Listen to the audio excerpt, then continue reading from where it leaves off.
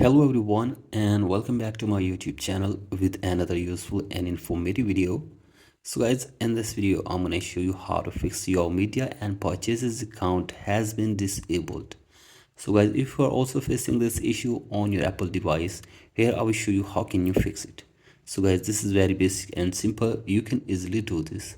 So guys, first of all, open settings on your device and then go to your profile, and from here go to payment and shipping and wait here for some seconds.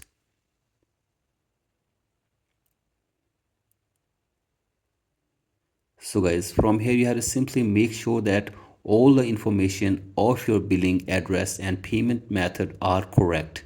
So guys, if there is any incorrect information, you have to simply correct it, and after this check if the problem is fixed or not. And if the problem is still there, then you have to simply delete your payment method for one time, and after this add it again. So guys, do this and check if the problem is fixed or not, and if the problem is still there, then go back, and from here you have to simply go to subscriptions, and from here check if there is any unpaid subscription on your Apple ID. So guys, if there is any unpaid subscriptions, you have to simply pay for them, and after this go back and check if the problem is fixed or not. And if the problem is still there, then you have to simply scroll it below, and now you have to simply sign out your Apple ID from your device for one time. So I simply do this, and after this sign in your Apple ID again. So I do this and check if the problem is fixed or not, and if the problem is still there, then you have to simply go back and now go to general,